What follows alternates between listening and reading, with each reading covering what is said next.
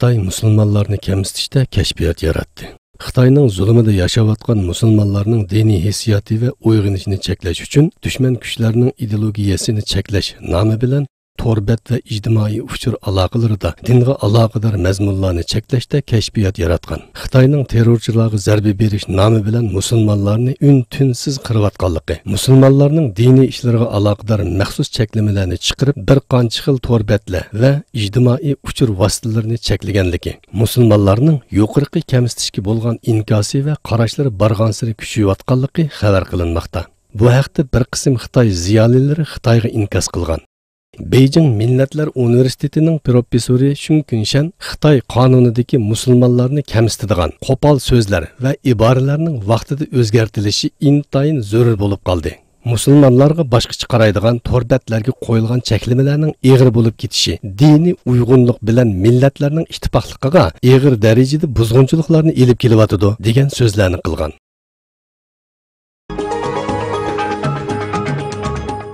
Xush xabar. Sharqiy Turkiston Ma'arif hamkorlik jamiyati kelgusimizning umidi bo'lgan farzandlarimizni yaramli kishilardan qilib tarbiyalab chiqish uchun tegishli hassini qo'shib kelayotganligi hammamizga ma'lum. Navbatda bu kursda Uyg'ur tili, Uyg'ur urf-odatlari, haftiya qatorliqlar darslik qilinadi. Bu kurs 2 yillik bo'lib, o'quvchi qabul qilish davomlashyotidi. Hozirgacha farzandlarni tizimlatmagan ota-onalarning vaqtni ching tutib, tizimlatishga tegishli farzandlarni tizimlatishini tavsiya qilamiz. Bu yil Uyg'ur hojilar qattiq qiyinchiliklarga yo'liqdi.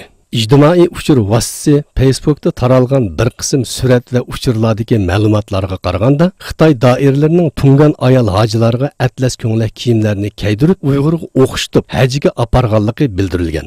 Shu sababdan bir qism kishilar Xitoy doiralarini ko'z bo'yamchilik qilyotidi deb tanqid qilgan. Ba'zi inkoschilar bu haqda fikr bayon qilib, Xitoy doiralari o'mak qilib keltirgan tungan va Uyg'urlarga 2012-yildan buyon atlas ko'ngilak kiydirib kelayotganligini yozgan.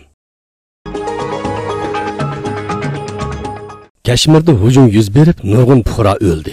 Hindiston armiyasining Hindiston-Pokiston chegarasiga joylashgan Kashmir rayonida elib borgan Shrapnel otadigan zambarak hujumida jami 6 kishi o'ldi, 26 kishi yaralandi.